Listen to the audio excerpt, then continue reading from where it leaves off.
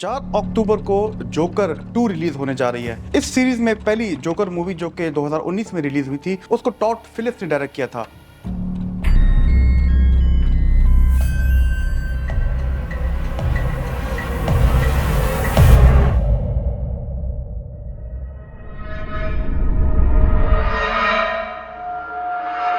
इस कैरेक्टर को समझने के लिए हमें जाना पड़ेगा साल 1928 में। 4 नवंबर को the man who loved release हुई थी। इसमें एक कैरेक्टर था जिसका नाम ग्वेनप्लेन था, जिसकी एक डॉक्टर ने सर्जरी की थी, जिसकी वजह से वो हर वक्त मुस्कुराता रहता था। आपको ये बात जानी पहचानी सी लगेगी क्योंकि 2008 में द डार्क नाइट रिलीज हुई थी। Cross any of you? I mean, what happened? So what are you proposing? It's simple. Kill the Batman. इस movie the man who loved से इंस्पायर होकर बिल फिंगर ने 1940 में कैरेक्टर की visual appearance और उसके साथ बॉब केन और जेरी रॉबिन्सन ने मिलकर एक सुपर विलन का कैरेक्टर बनाया और इस कैरेक्टर को हम सब जानते हैं आज जोकर के नाम से। हर इंसान के हर एक आदत या बिहेवियर के पीछे कोई वजूहात होती हैं, चंद बातें होती हैं। जोकर बनने के पीछे क्या वजूहात हैं? जोकर के बारे में लोग कहते हैं कि जोकर एक ऐसा क्लाउन प्रिंस है गॉथम का जो कि खाली विलन ही नहीं है, ये एक वॉकिंग ट्रेजेडी है हमारी जहन की। तो दोस्तों, ऐसी वॉकिंग ट्रेजेडी तो मैं रोज देखता हूँ। वो एक साइकोटिक डिसऑर्डर का शिकार होते हैं, नार्सिसिस्ट पर्सनैलिटी का शिकार होते हैं, पोस्ट ट्रॉमेटिक स्ट्रेस डिसऑर्डर का भी शिकार हो सकते हैं। लेकिन सवाल यहाँ पे ये उठता है कि क्या ये मेंटल इलनेस अगर किसी और को हो तो क्या वो भी जोकर की तरह खतरनाक हो सकता है? जोकर को वाकई एक इंतहाई खतरनाक मेंटल डिसऑर्डर है। दोस्तों, जोकर की पर्सनैलिटी को समझने के लिए बहुत जरूरी है कि हम स्किज़ोफ्रेनिया को समझें।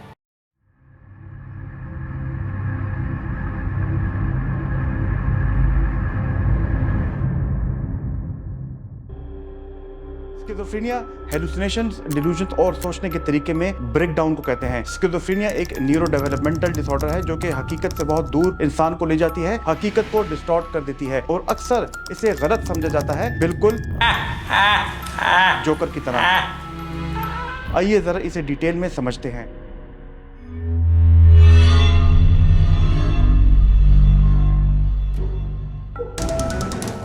हेलुसिनेशंस वो हालात हैं, वो परसेप्शनल एबनॉर्मलिटी हैं जो कि स्किज़ोफ्रेनिया के पेशेंट्स में होती हैं। हेलुसिनेशंस में इंसान को वो चीजें नजर में आती हैं जो कि रियलिटी में होती नहीं है। उनके कानों में वो आवाजें आती हैं जो कि असल में होती ही नहीं है। कुछ इसी किस्म के हेलुसिनेशंस का जोकर भी शिकार था। अमेरिकन साइकेट्रिक एसोसिएशन की 2013 की रिसर्च के मुताबिक हेलुसिनेशंस एक मेंटल हेल्थ कंडीशंस का एक असर हो सकती है। इन मेंटल हेल्थ कंडीशंस में सबसे बढ़ के है स्किज़ोफ्रेनिया।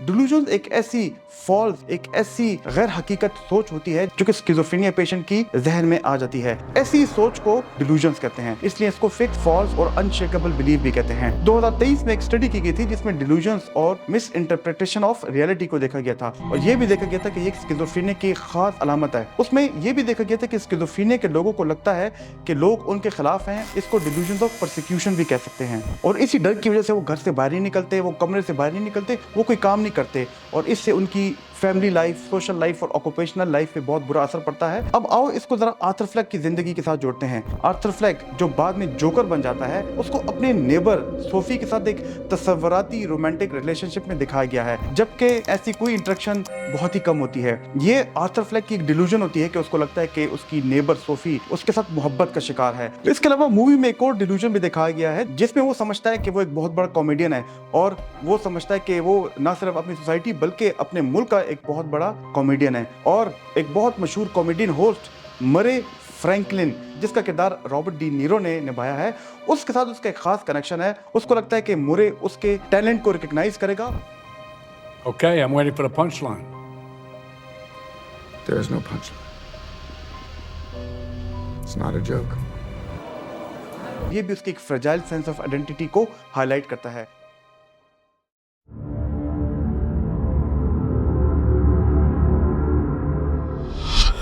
दोस्तों, हर मेंटल डिसऑर्डर के पीछे, हर पागलपन के पीछे अक्सर एक ट्रॉमा की कहानी होती है। अक्सर ये कहा जाता है कि ट्रॉमा किसी भी शख्स के जहन को टुकड़े टुकड़े कर सकता है और जोकर के लिए बिल्कुल वही चीज थी। अब्यूज, रिजेक्शन, आइसोलेशन और अपने वालिदैन की निगलेक्ट देखी और साथ में साथ उसने बुलिंग को भी एक्सपीरियंस किया।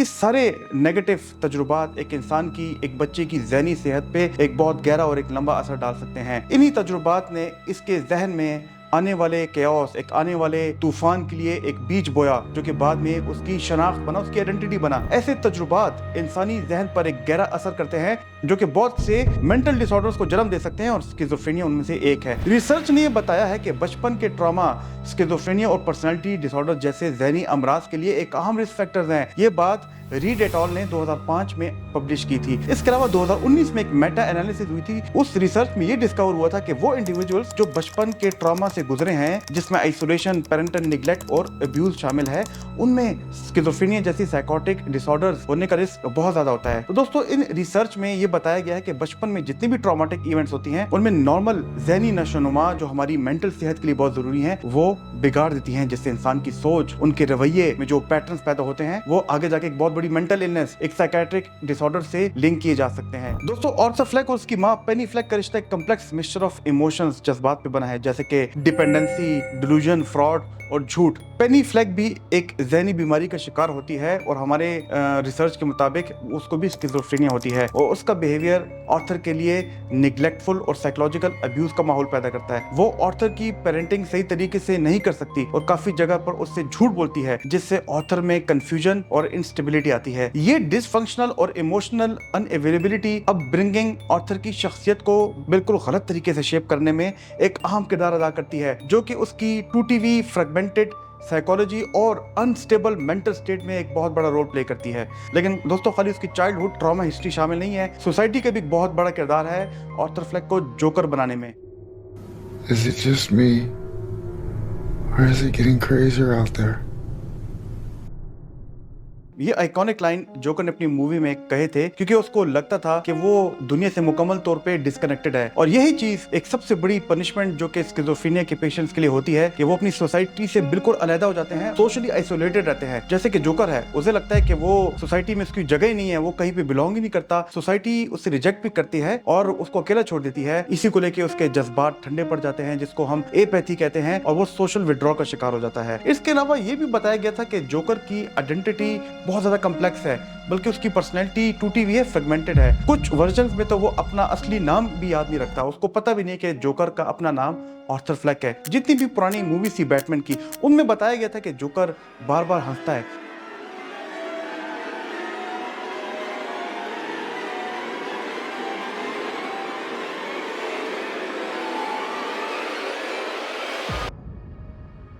इसी चीज को ब्रिलियंटली टॉड फिलिप्स ने रिक्रिएट किया है जोकर 2019 में, जहां पे उन्होंने बताया कि जोकर को एपिसोड्स आते हैं लॉफ्टर स्पेल्स के, और इसको उन्होंने एक साइकेट्रिक डिसऑर्डर्स के साथ कनेक्ट किया है कि आर्थर फ्लेक जोकर को एक मेंटल डिसऑर्डर थी जिसको सूडोबल्बर इफेक्ट कहते हैं। ये एक ऐसा कंडीशन है जिसमें पेशेंट को एक्सपीरियंस होता है uncontrolled spells of laughter. Joker का तशद्दुद भी मशहूर है, लेकिन इसके पीछे एक जहन की कन्फ्लिक्ट छुपी हुई है। स्किज़ोफ्रेनिया के शिकार लोगों में भी यही पाया जाता है, उनके अंदर भी वायलेंस और आउटबर्स्ट का सबब फ्रस्ट्रेशन हो सकती है, या खौफ, या दुनिया पर, या घर पर, या अपने ऊपर दोबारा कंट्रोल पाने की कोशिश भी हो सकती है। और यही वायलेंस का रास्ता जोकर भी इख्तियार करता है और उसको भी समझ नहीं आती। इसी वजह से जोकर का सोसाइटी पे इन्फ्लुएंस और सोसाइटी का जोकर पे इन्फ्लुएंस ये दो तरफा होता है। जोकर का रिलेशनशिप सोसाइटी के साथ एक बहुत अजीब सा है। सोसाइटी और दुनिया से वो धत्कार ली जाते हैं तो उनके अंदर वायलेंस आती है। यही चीज़ जोकर के अंदर भी आती है और आर्थर फ्लेक हर वक्त सोसाइटी से जलील होता रहता है। ये सब उसकी ज़हनी हालत को और बिगाड़ता है और उसकी डिल्यूजन्स को और फ्यूल अप करता है, उसको पुख्ता करता है, और ये पैरानोया बढ़ाती है जब वो समझता है कि दुनिया इसके खिलाफ है।